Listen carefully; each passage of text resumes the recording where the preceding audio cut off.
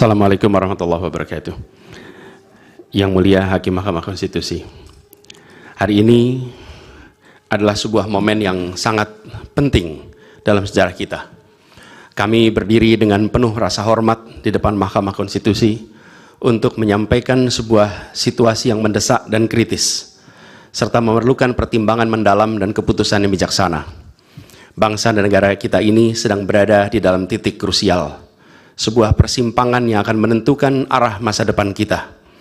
Apakah kita akan melanjutkan perjalanan kita menuju kedewasaan sebagai sebuah negara demokrasi yang matang, ataukah kita akan membiarkan diri tergelincir kembali ke bayang-bayang era sebelum reformasi yang justru kita hendak jauhi. Kita dihadapkan pada pertanyaan-pertanyaan fundamental yang menentukan, apakah Republik Indonesia yang kita cintai ini akan menjadi negara yang menghargai dan memperjuangkan konstitusi sebagai pilar tertinggi demokrasi kita atau rule of law? Apakah kita akan mereduksi konstitusi menjadi sekedar alat untuk pelanggengan kekuasaan tanpa pengawasan, rule by law? Kita harus memutuskan apakah kita akan menjadi negara yang mengakui dan menghormati hak setiap individu untuk menentukan pikiran dan menyuarakan pilihannya secara bebas dan independen yang merupakan esensi dari demokrasi, atau kita justru berpaling dari prinsip tersebut dan memilih di mana suara oligarki diberi prevalensi, mengesampingkan kesejahteraan umum dan mengabaikan kepentingan nasional yang lebih luas. Ini adalah saat di mana kita harus menentukan komitmen kita terhadap nilai-nilai demokrasi, kedaulatan hukum, hak asasi manusia. Ini adalah waktu untuk menunjukkan bahwa Indonesia adalah bangsa yang besar. Bangsa yang besar bukan hanya dalam aspek wilayah, bukan hanya aspek populasi, bukan hanya aspek angka-angka ekonomi, tapi juga bangsa yang besar karena kebijaksanaannya, karena keberaniannya, karena integritasnya di dalam menegakkan demokrasi dan konstitusi. Yang mulia Hakim Mahkamah Konstitusi, sejak zaman pra-kemerdekaan, bangsa dan negara kita telah menapaki berbagai persimpangan krusial yang menentukan arah dan nasib bangsa Indonesia. Tidak semua keputusan-keputusan yang dibuat adalah keputusan yang tepat. Sebagian adalah keputusan yang tidak tepat. Dan itu dicatat di dalam sejarah kita. Semua yang terlibat dicatat sebagai bagian dari perjalanan sejarah Indonesia. Karena itu, saat yang berharga ini, kita juga dihadapkan pada kenyataan yang sama. Peristiwa yang sedang berlangsung hari-hari ini akan menjadi bagian dari catatan sejarah perjalanan Republik kita, sebagaimana perjuangan kita sejak pra-kemerdekaan.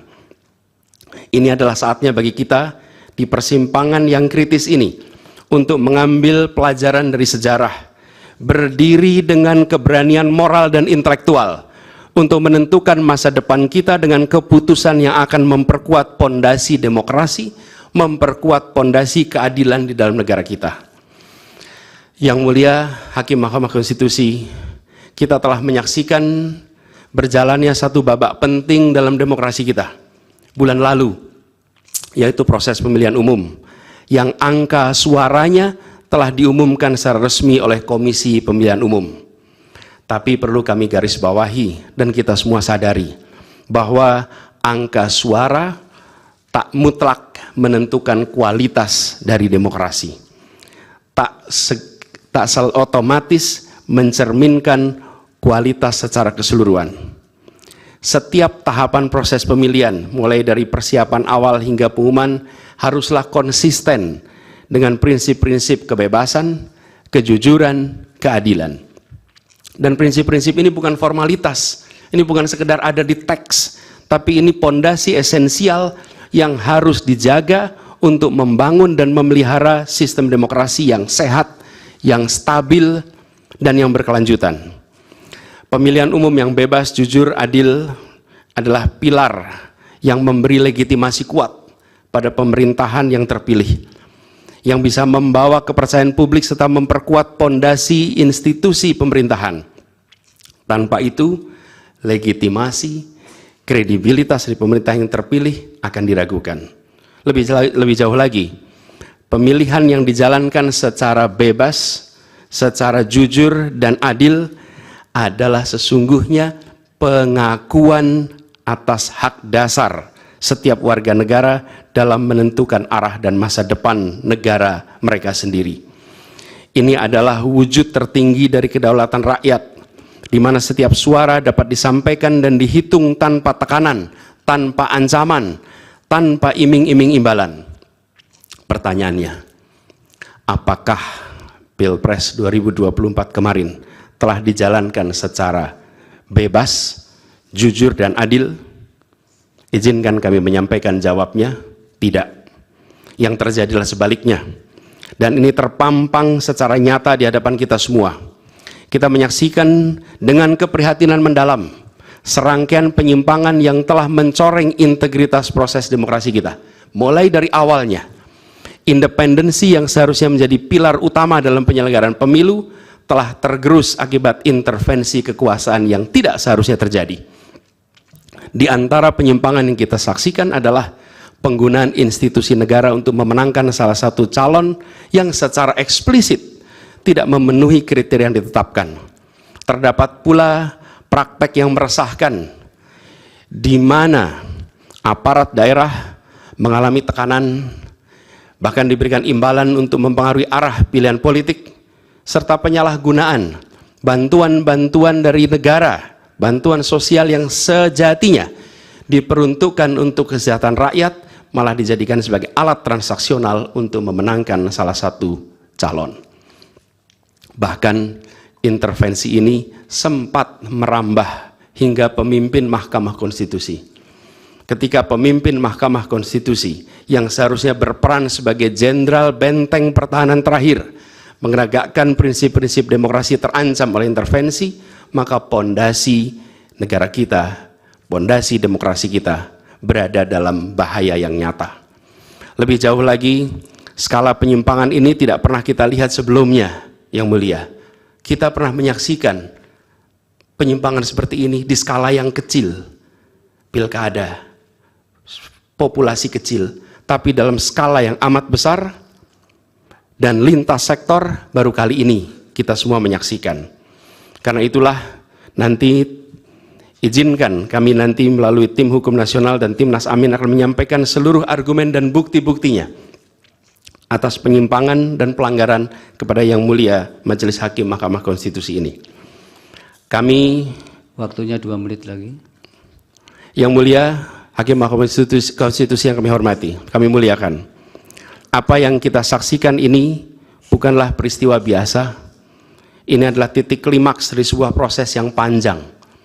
Penggerogotan atas demokrasi, di mana praktek-praktek intervensi dan ketaatan pada tata kelola pemerintahan secara pelan-pelan tergerus.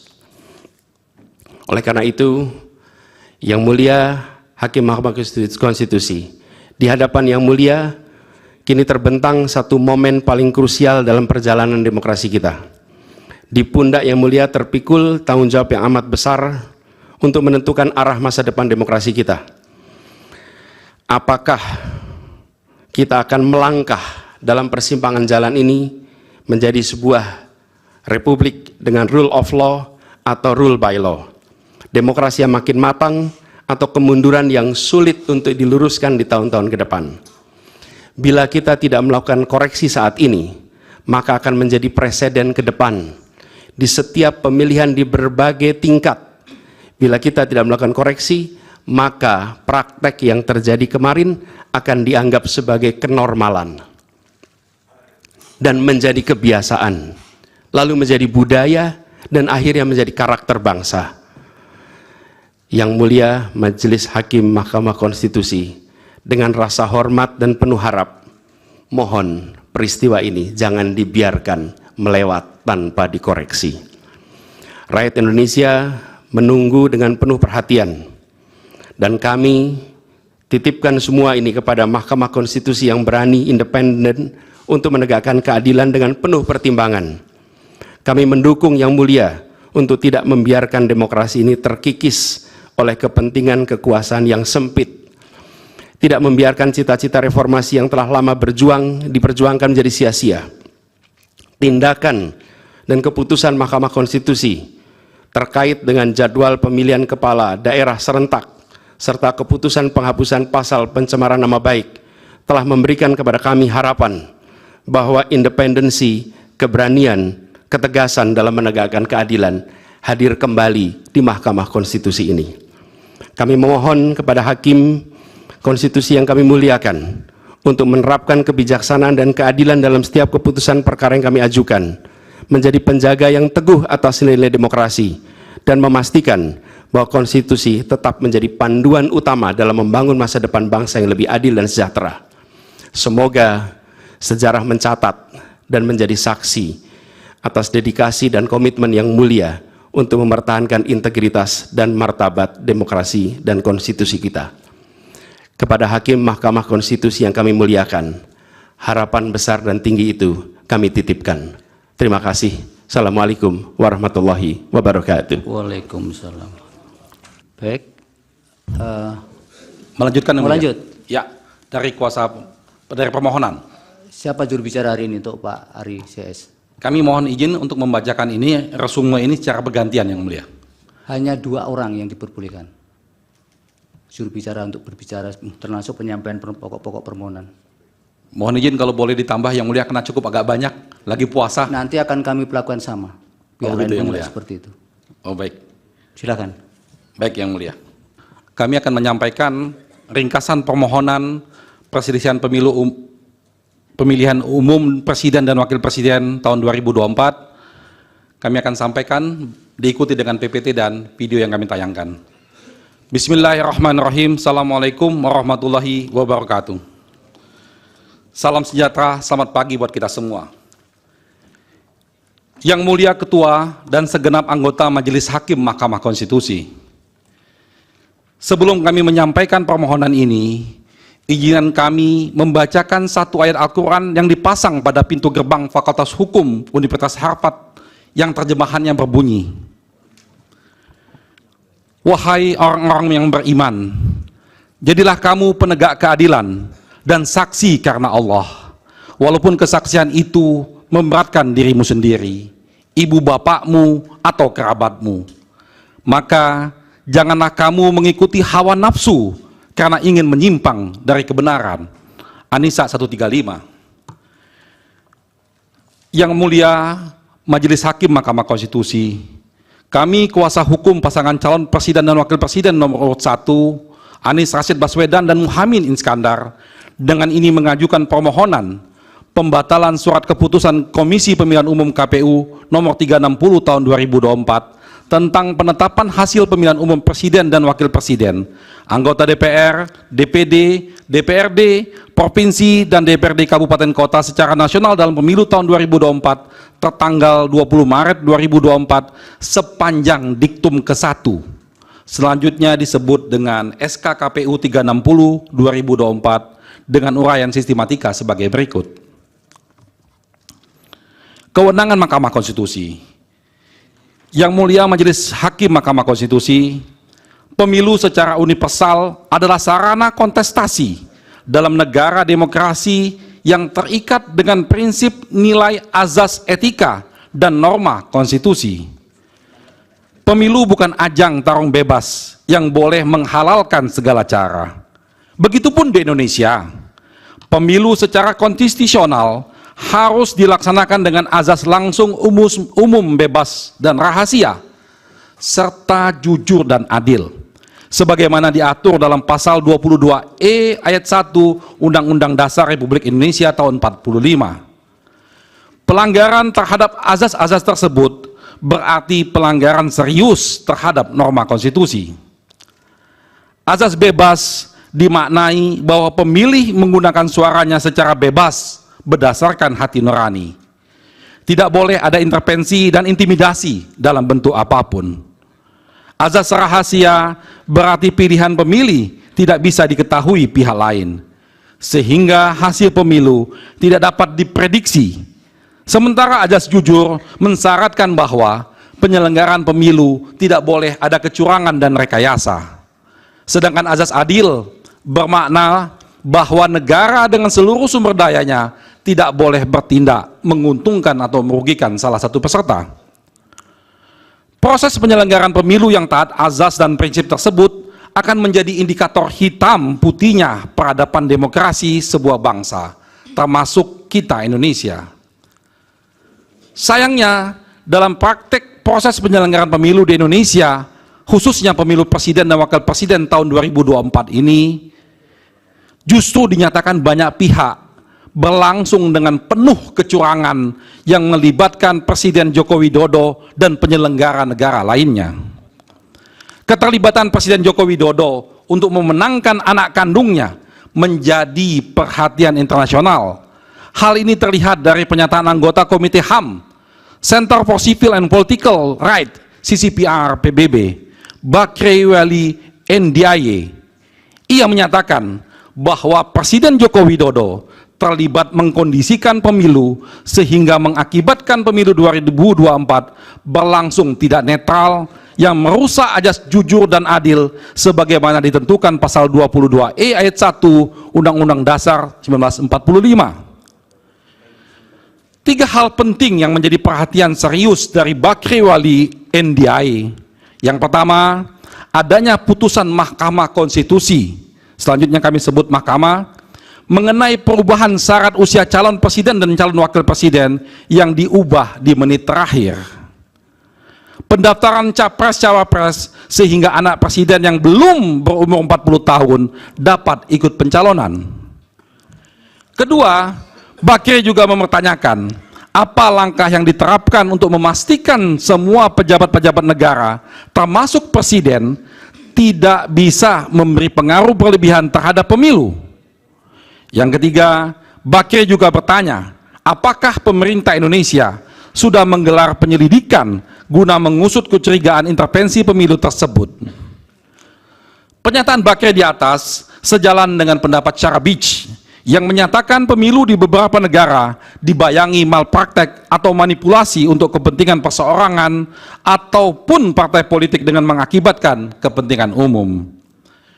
Bentuk-bentuk malpraktek dalam pemilu menurut Syarabich dapat dikelompokkan dalam tiga jenis, yaitu manipulasi terhadap peraturan perundang-undangan pemilu, manipulasi pilihan pemilih yang bertujuan untuk mengarahkan atau mengubah pilihan pemilih dengan cara-cara yang manipulatif, dan ketiga, manipulasi terhadap proses pemungutan dan penghitungan suara hingga pemilu berakhir. Ketiga jenis malpraktek tersebut secara sempurna justru terjadi dalam penyelenggaraan Pilpres 2024. Malpraktek Pilpres 2024 berawal dari ambisi Presiden Joko Widodo untuk melanggengkan kekuasaannya. Ada tiga tahapan yang dijalankan oleh Presiden Joko Widodo untuk memuluskan kepentingannya. Tahap pertama melalui wacana jabatan presiden selama 3 periode dengan berbagai instrumen. Lalu tahap pertama gagal karena ditentang oleh banyak pihak. Selanjutnya Joko Widodo melancarkan tahap kedua berupa wacana perpanjangan masa jabatan. Tahapan kedua ini pun gagal, yang selanjutnya melancarkan tahapan dengan menunjuk calon pengganti sebagai tahap ketiga. Tahap ini sudah dan sedang dijalankan. Malpraktek Pilpres 2024 untuk melancarkan tahap ketiga terjadi sejak awal tahapan penyelenggaraan pemilu, dimulai dari ketidaknetralnya Presiden Joko Widodo saat menunjuk Ketua Panitia Seleksi Komisioner dan Badan Pengawas Pemilu Republik Indonesia atau Bawaslu, seorang anggota staf kantor staf Presiden dan loyalis Presiden Joko Widodo. Akibatnya, proses yang tidak netral sedari awal itu telah menyebabkan pelanggaran azas dan prinsip penyelenggaraan pemilu sebagaimana disebut dalam konstitusi dan undang-undang pemilu, yaitu antara lain jujur, adil, mandiri, akuntabel, efektif, dan efisien.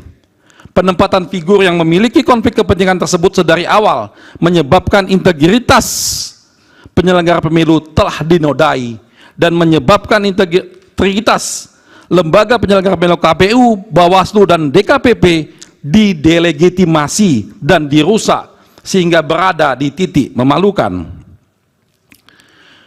Konflik kepentingan tersebut dilarang sebagaimana ketentuan pasal 5 angka 4 dan angka 6 Undang-Undang Nomor 28 tahun 1999 tentang penyelenggaraan negara yang bersih dan bebas dari KKN. Penempatan orang-orang presiden atau all president men dalam lembaga penyelenggaraan pemilu, baik KPU, Bawaslu, dan DKPP, selain memperlihatkan tindakan yang tidak jujur dan tidak adil, juga memperlihatkan betapa tidak profesionalnya presiden dalam mengelola negara, dan semua hal itu juga bertentangan dengan azas dan prinsip penyelenggaraan pemilu.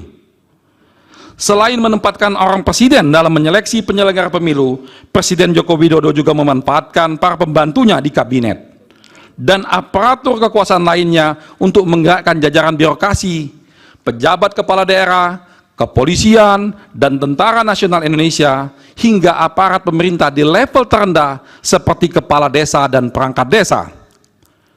Mereka dikooptasi dan digerakkan untuk pemenangan paslon 02, yaitu Prabowo Subianto dan Gibran Rakabuming Raka, yang merupakan anak dari Presiden Joko Widodo. Keseluruhan tindakan aparat dan aparatur di atas menyebabkan terjadinya the violence of election, dan pada tingkat yang paling mengenaskan telah memicu terjadinya brutality democratic process.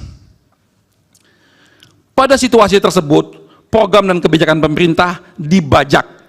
Uang negara disalahgunakan secara melawan hukum untuk kepentingan pasangan calon Capres dan Wapres dalam Pilpres 2024 yang terafiliasi kepentingan Presiden Joko Widodo.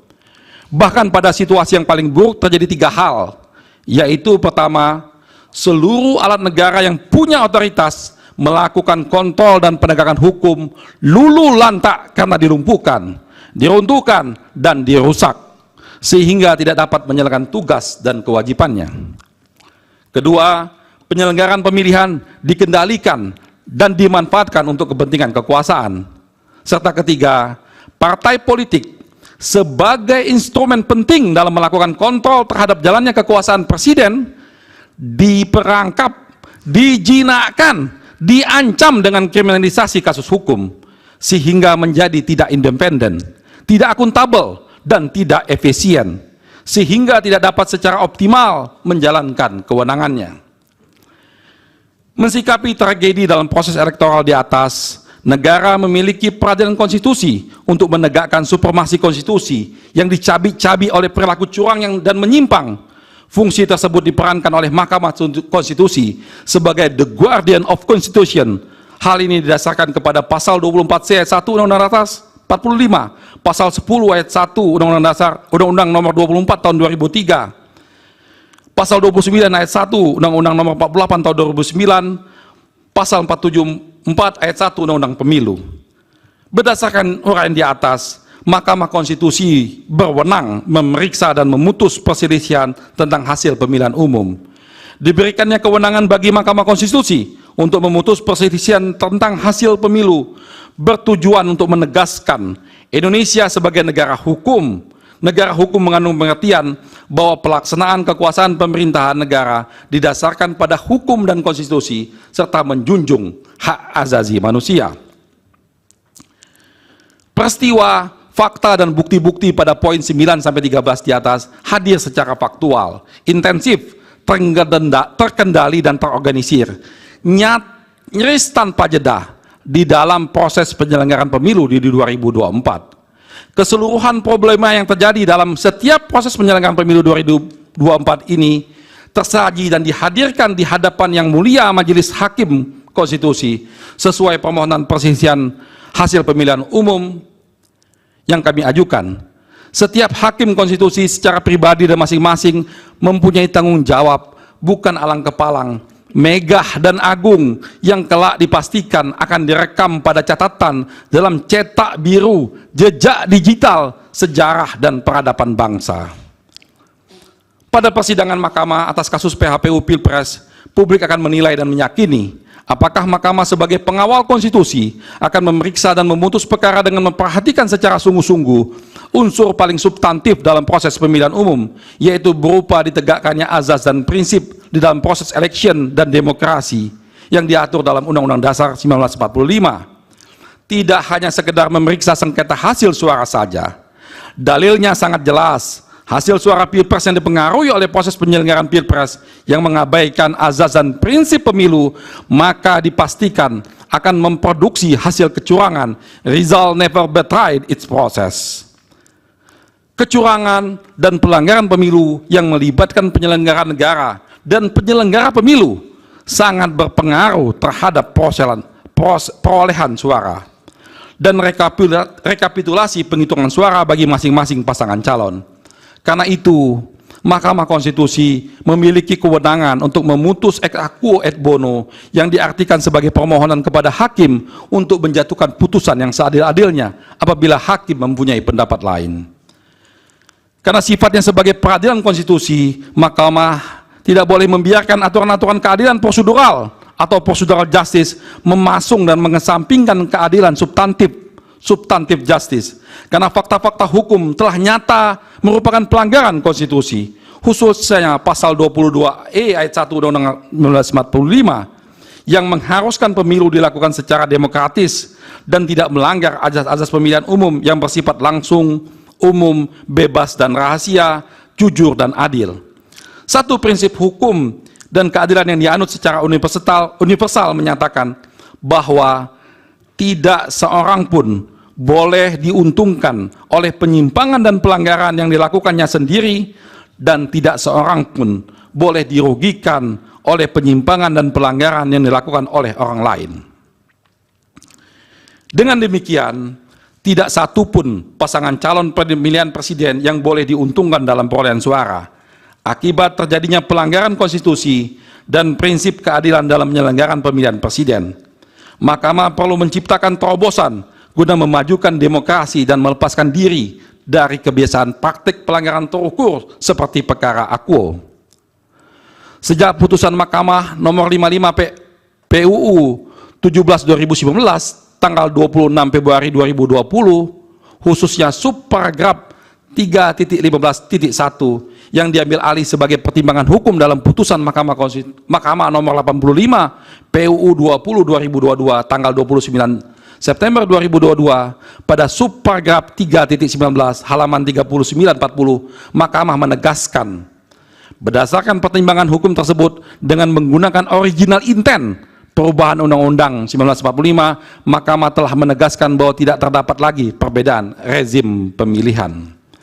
Selanjutnya pada subparagraf 3.19 putusan nomor 85 PUU 20/2022 tanggal 29 Desember 2022 halaman 40, Mahkamah menegaskan menimbang bahwa tafsir atas Undang-Undang 45 yang tidak lagi membedakan antara pemilihan umum nasional dengan pemilihan kepala daerah secara sistematis berakibat pula pada perubahan penafsiran atas kewenangan Mahkamah Konstitusi yang diatur dalam pasal 24C ayat 1 Undang-Undang Dasar 1945. Pasal 24C Undang-Undang Dasar 1945 menyatakan bahwa Mahkamah Konstitusi berwenang mengadili pada tingkat pertama dan terakhir yang putusannya bersifat final untuk salah satunya memutus perselisihan tentang hasil pemilihan umum. Selanjutnya makna konstitusional yang demikian diturunkan dalam berbagai undang-undang yang terkait dengan kewenangan Mahkamah Konstitusi, terutama undang-undang kekuasaan kehakiman.